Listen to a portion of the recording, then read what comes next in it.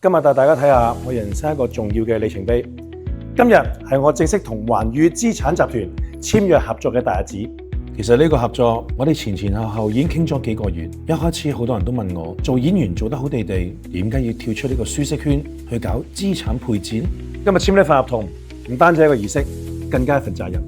我正式成為環宇資產聯合創始人，同專業團隊一齊深耕大灣區。我本身係香港人，演藝生涯走訪過無數港澳，好清楚大家想喺大灣區置業嘅顧慮。政策唔熟，路線唔識，怕踩各種置業嘅陷阱。之後我會成日帶團隊落區實地探盤，每一個樓盤嘅優點同埋缺點，實拍實講，跨境買樓流程、稅務、政策解讀、避坑心得，全部毫無保留分享俾大家。無論你係香港嘅街坊、海外嘅華人，定係想喺大灣區置業嘅朋友，記得關注我。想了解邊個城市、邊一類型嘅樓盤，喺評論區上面留言話俾我知啊！